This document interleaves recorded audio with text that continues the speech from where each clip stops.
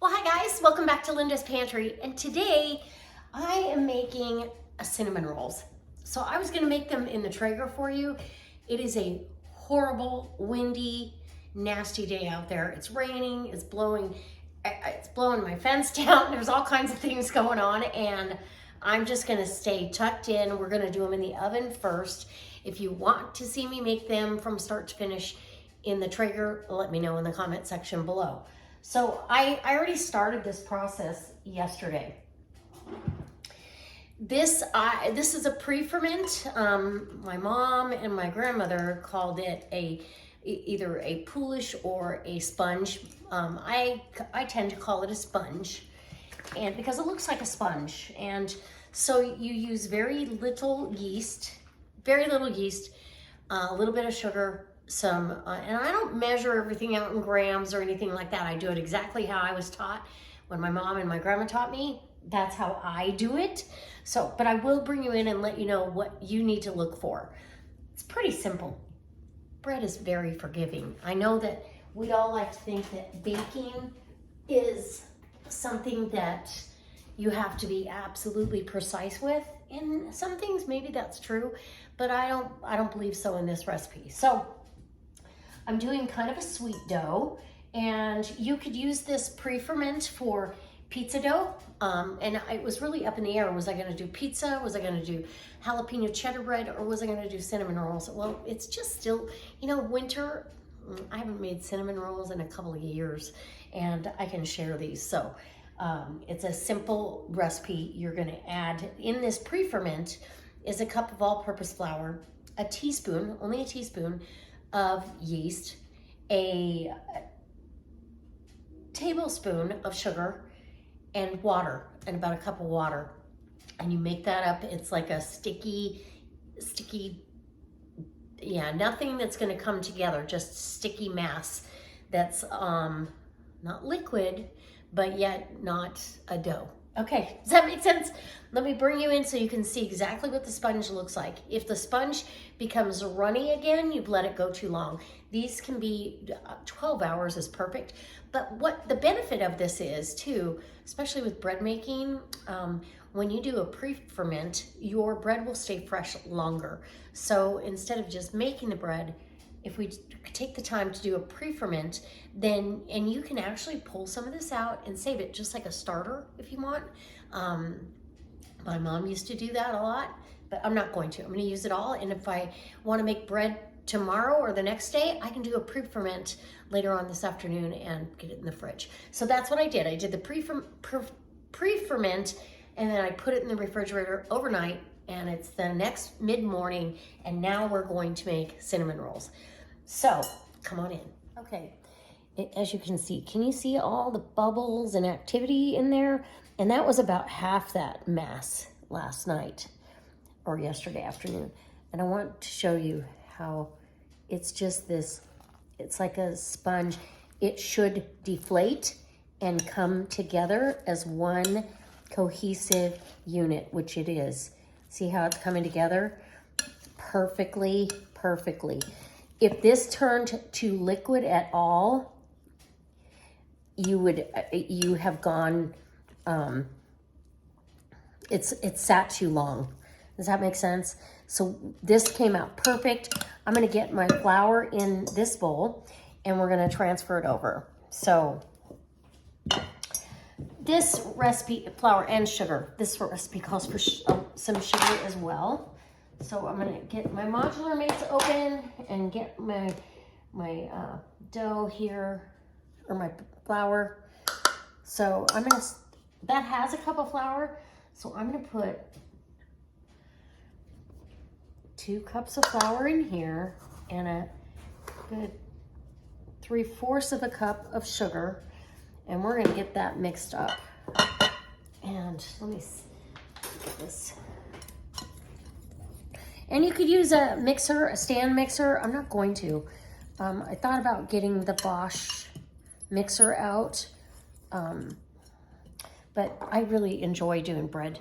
Now, I'm sorry, I'm lefty, so I'm gonna get my sponge out of this container.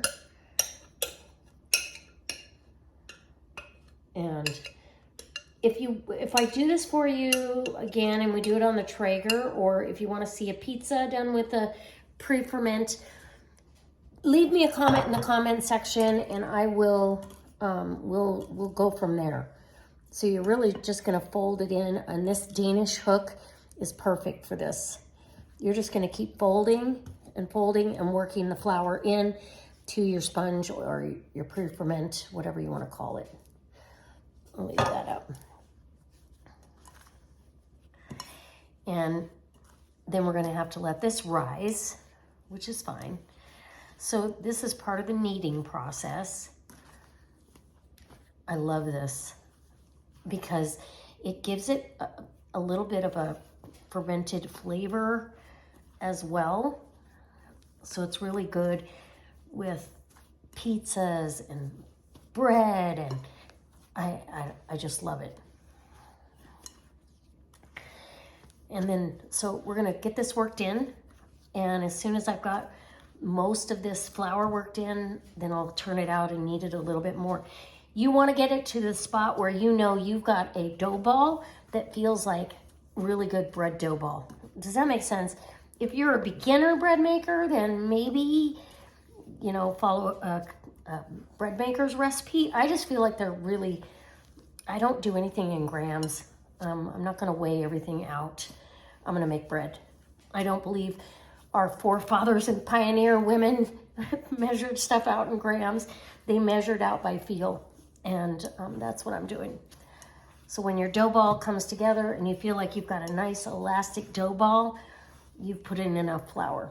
And if you have to, you know, get rid of the excess, I've already worked in probably another cup of flour for sure. For sure. Okay, just keep kneading, and I'll be back when I'm done with this process and I have my nice elastic dough ball. Okay, so I got most of that flour. You want to get the dough to where you can touch it and do this, get this all worked. You're kneading about 10 minutes, but even though it's all, the flour's all hydrated in there, it's not leaving excess on your hands. Does that make sense? That part of it has gone away. It's just a nice elastic dough ball. I put a little bit of oil, and you want a neutral oil because of the cinnamon rolls. If I was doing a jalapeno bread or something like that, I'd use olive oil. But this is going to sit and rest in this bowl. Nice. I'm so excited about this. This is going to sit and rest and let it rise. I'm going to set it over by the wood stove and let it double in size. I do have a proof setting on my oven, so I might even actually put it in there. And I'm going to run to the store and I'll be back and we will put together our cinnamon rolls. Yummy. Okay, so my dough, obviously you can see how much it is poofed up. Oh, and it smells wonderful, actually. It really does. I took that off and it smells amazing. So you've got a nice dough here. We're gonna deflate this. I wanna go ahead and get my hands in some flour. Get this oil off my hand really quick. And get it down on my little rolling mat. And I'll just get this out onto this floured surface, because there's something about working with dough that is so therapeutic. And look at this beautiful dough. In fact, I'm going to start another pre-ferment for you guys, and I'll do the video so you can see exactly what I did. And then I will probably make, I'm thinking a pizza, but it could be something else. I'm going to give this a light knead.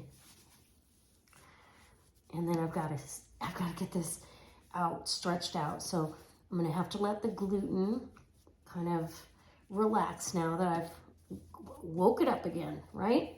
So I'm going to let this relax for about 5-10 minutes, and then I'm going to roll it out with my rolling pin. And we're going to get to putting our cinnamon rolls together. So all I have here is a cup of sugar and about a tablespoon of cinnamon that I've mixed in together. I'm going to use that. I might add a little bit more cinnamon. That's gonna go on the inside with some raisins, and oh, it's gonna be so good. You guys, cinnamon rolls are like a guilty pleasure, right? Okay, and so I'll be back in about 5-10 minutes when this has had a chance to relax. Okay, so my dough is all stretched out, satisfactory, right? It still wants to pull back a little bit, but that's okay. I got her rolled out. So now I've got some melted butter, and I'm just gonna slather, and this is Kerrygold butter, so grass-fed, beautiful butter. There's no salt in this dough, and so this will add a little bit of salt because this is not unsalted butter. And literally, you're just slathering the whole thing with melted butter. Oh, this makes me want to make bread now. Guys, looks like I'm going to be doing bread too. Okay, all done with that. Now, my sugar and cinnamon mixture, generous amount, and I am going to make an icing for the tops of the cinnamon rolls, but I like to do a sugar mixture in here. It's sweeter, and this is a treat. This isn't like you're going to have this every day, and hopefully you just have one or a half of one, share one with somebody. I don't know. This is pretty decadent. So let me grab my cinnamon, and I will sprinkle a little bit more because I really do like the cinnamon. Just a little bit, right? They are cinnamon rolls after all. Okay, perfect. All right, perfect. Now, some raisins. I mean, you could add walnuts. You could do all kinds of things. I did not rehydrate my raisins. You can actually rehydrate them in bourbon, some brandy. You could do that, all kinds of good stuff. Okay, so my oven is ready to proof again. Perfect timing. Let me get that. Okay, so these are gonna go back in the oven once I get, or in the oven. I had these next to the wood stove. So you just maybe a half a cup of raisins, up to you. That is at your discretion. And then we're gonna roll this. So I'm gonna get some of this flour, and you're just gonna take your edges and start the rolling. Can you see how I'm doing that? For those of you that have done this before, it's not, you wanna roll it pretty tight, stretch and roll, because you don't want them, big air pockets in between your layers. Stretch and roll. Woo, so good. These are right up there with cinnamon. These are so good. And this recipe makes a big pan full, so. All right. And easy. It's easy to do the pre-ferments, and then I'm gonna have everything seam side down here for a second. So I'm gonna cut this right down the middle with my bench scraper, right? Oh, look at that, it's gonna be great. And I do the bench scrapes cuts. I don't do dental floss. You can, but these are gonna rise again, so any of your creasing that you might happen will change. So you can put these right down in your pan, 9x13 or one of these foil pans. Look at that, it's gonna be beautiful. Beautiful. And I've got another recipe I do wanna share with you. It's a savory version of this, and they are jalapeno cheddar rolls. So let me do that for you on when I do the next ferment or a pizza dough, right? Or I might get too many or not enough out of this. I shoulda, woulda, coulda, right? I might have to go back in there and cut a couple of these in half.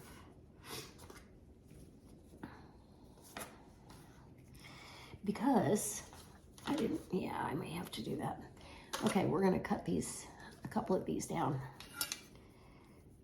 in half. They're gonna have to rise up to the occasion. There'll be some, I guess, that are gonna be bigger than others. I got a little carried away with my, how many I wanted, or how fat I wanted them. I guess if you wanted giant ones, double the recipe, and you could have big cat head ones. Cut these down. They're all going to be about the same size. And this one, your end pieces. I got one more here that I feel like there we go. See, so it's not rocket science, and if you feel like you didn't, you know, you don't have it quite the way you want, you go back and fix it, and it's homemade, so it doesn't matter, right? Anybody that gets a hold of these is going to love them. Okay, just so I have a nice full pan, these I'm going to cover again with some plastic wrap. I did spray the bottom of my pan with coconut oil, or not, no, sorry, with avocado oil, so they won't stick. And I'm going to go ahead, cover this up with some plastic wrap, stick it, or a tea towel, stick it in the oven for proofing, and we'll let these double in size. And then I'll be back. I almost forgot, guys. You want to slather the tops with butter again. They're going to need some butter. You could spray them, but I would not. The butter is going to make these taste amazing and keep the dough from drying out and not being exactly what we want it to be. Just like the dough ball. The dough ball had oil on all sides. We want this because this is probably going to take another hour and a half, depending, because you don't have a lot of yeast in there. It takes a little bit longer, but man, is it worth it? It's so worth it. Okay, I got all the butter on there. Okay, now I'll be back. Cinnamon rolls are ready. They have doubled in size. They are beautiful, and you can tell they're light and fluffy. I am going to add a little bit more cinnamon because we're going to be icing these with a delicious icing. Pretty simple, but it's going to make these pop. So these are going to be so pretty, the cinnamon. Okay, so in a 350 degree oven, these are going to go, and you can tell how light and look at, with the jiggle, you can tell how light and fluffy that dough is. They're going to be absolutely spectacular. You're going to love them. Okay, so the cinnamon rolls are hot and out of the oven. They cooked at 350 degrees for approximately 35 minutes. Your oven is going to vary. When you get this golden brown on top, you're good. Okay, now it's time to make the frosting. I have a block of cream cheese that I've let soften, and I've got some soft butter here. I'm only going to put about 2 tablespoons of softened butter. And that's plenty for this recipe. I don't want it too buttery, but I do want it cream cheesy, because if you're gonna have cinnamon rolls, you might as well go big or go home, right? You're already eating the good stuff, so we're gonna frost them with some even better stuff. Okay, I've got some pure vanilla extract. I'm gonna about a teaspoon of that in there. Not too much.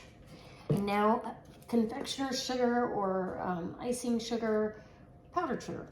I've got, this is a 3/4 cup measuring cup. So I'm gonna do, that would be 1.5 cups, 2 1/4. We're gonna get this mixed in. And we've got a little bit of milk, or not milk, this is half and half. You can use heavy cream, you can use plain milk, you could even use water if you need to. If you are out of all of the above, feel free. Now I'm using my Danish whisk. I've got an Amazon store down below. This is in there, but I'll try to leave you a link, just an easy, quick link to the Amazon store, not to the to the Danish whisk. Any dough that you start, any batter that you're gonna make, this is the best whisk for all those things. So you're just gonna get this all incorporated until you get a nice icing, and we are there. That really only took about a tablespoon, if that, of the half and half, and with the teaspoon of the vanilla, and it is done. Super excited. And you want to ice these while they're still hot. Let's taste that icing.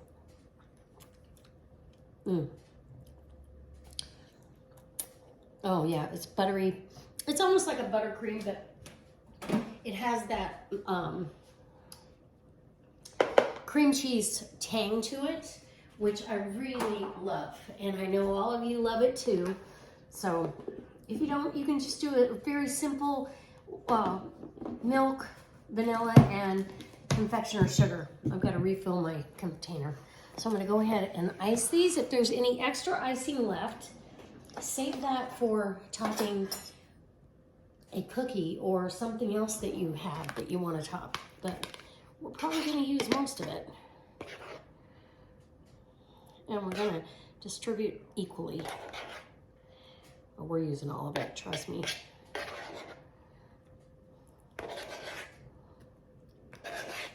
I need a spatula to get that bowl cleaned out. But you want to get that icing down over those cinnamon rolls. Let them get slathered in that goodness. Oh my gosh. I'm not even a sweets person, but I know how good these are, and trust me when I tell you, there's nothing better than a light, fluffy cinnamon roll. And the icing, really, if you don't have a good icing on a beautiful cinnamon roll, you kind of ruined the whole thing, right? So, a spatula. Sorry about the noise. Okay, let me grab the rest of what's in this bowl here, because you can't waste it. So that was perfect for a batch of cinnamon rolls. That's a perfect amount. I could go lighter on the icing, but I'm not going to. You want to get all the way to the edges of the whole thing so it can kind of drip down, seep down into the sides a little bit. And yeah, oh yeah. Who doesn't want one of those? I'm just not sure if anybody's out there that doesn't want one, you know, leave me a comment in the comment section, and we'll just have to say more for me. Actually, I'll probably have one, and then I'm going to gift the rest of these. Aren't they beautiful? The pan is still really, really hot, so we're gonna let those cool down. Any bread item, you want to let it cool all the way to room temperature, because if I pulled one out right now, it's hot, but all the steam will come out of that, and it'll deflate the dough, and that's not what we want. We don't want it deflated into a, piece of white bread. Does that make sense? Like when we were a kid. I don't know if you did, but I know I did. I would goof around with my white bread and just smush it until it was flat. Anyway, okay, I'll be back for the taste test in just a few minutes. Oh my God, so beautiful. Okay guys, so here we go. This is the taste test, and I'm hoping there's a little one on this corner here. I don't know. These have sat and cooled, and they're absolutely looking pretty irresistible. So you're just gonna wanna get in here and try to pull one off. Ooh, I think I managed to get a half of one or a small one. Not sure which, but Look at that. Yeah, I grabbed the corner of one, but look at how delicious that is. And the stretch on that dough. Let's just give it a taste. Oh my gosh. Can you see? Look at that. Okay. Mmm.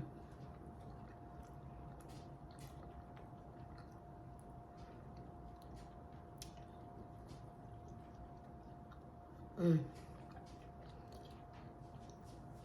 The texture on the dough is so much better. It's got more of a chew than a normal sweet dough. More sweet dough collapses easier and sticks to itself. This does not. It's so good. It's slightly sweet. Because I'm trying to give you a real picture of the dough, and it got brown all the way around. Oh my gosh. And the cinnamon and the icing. Who needs the dish? I didn't even need to let go of it, right? And the raisins. This is a top-notch cinnamon roll. I hope you try the recipe. Super easy. I'm gonna go ahead and do a follow-up for you with the sponge or the pre-ferment that I make. I'm not even a sweets eater, but this is so good. I think it's more the texture than anything. Anyways, I hope you try this. It's absolutely delicious. I'm gonna do a pre-ferment for you, and I think I'm gonna make jalapeno cheddar bread, but I'm gonna do it out on the Traeger, so be ready for that. And it'll be a swirled bread, almost like this, or I can do jalapeno cheddar rolls like these. I think that's what I'll do. All right, guys, till next time, enjoy your cinnamon rolls. And if you want to see these done on the Traeger, let me know.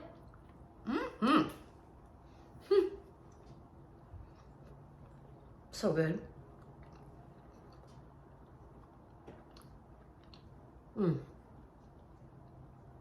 That is some of the best dough. Down below, I've got a link to the Traeger, as well as some items that I use to accessorize the Traeger if you're interested, and the Danish whisk, of course. And yeah, okay, I think that's it. But oh, the crumb, it's absolutely wonderful. I'm so glad I got a small corner because I could eat a big one. All right, guys, we'll see you next time for another delicious recipe.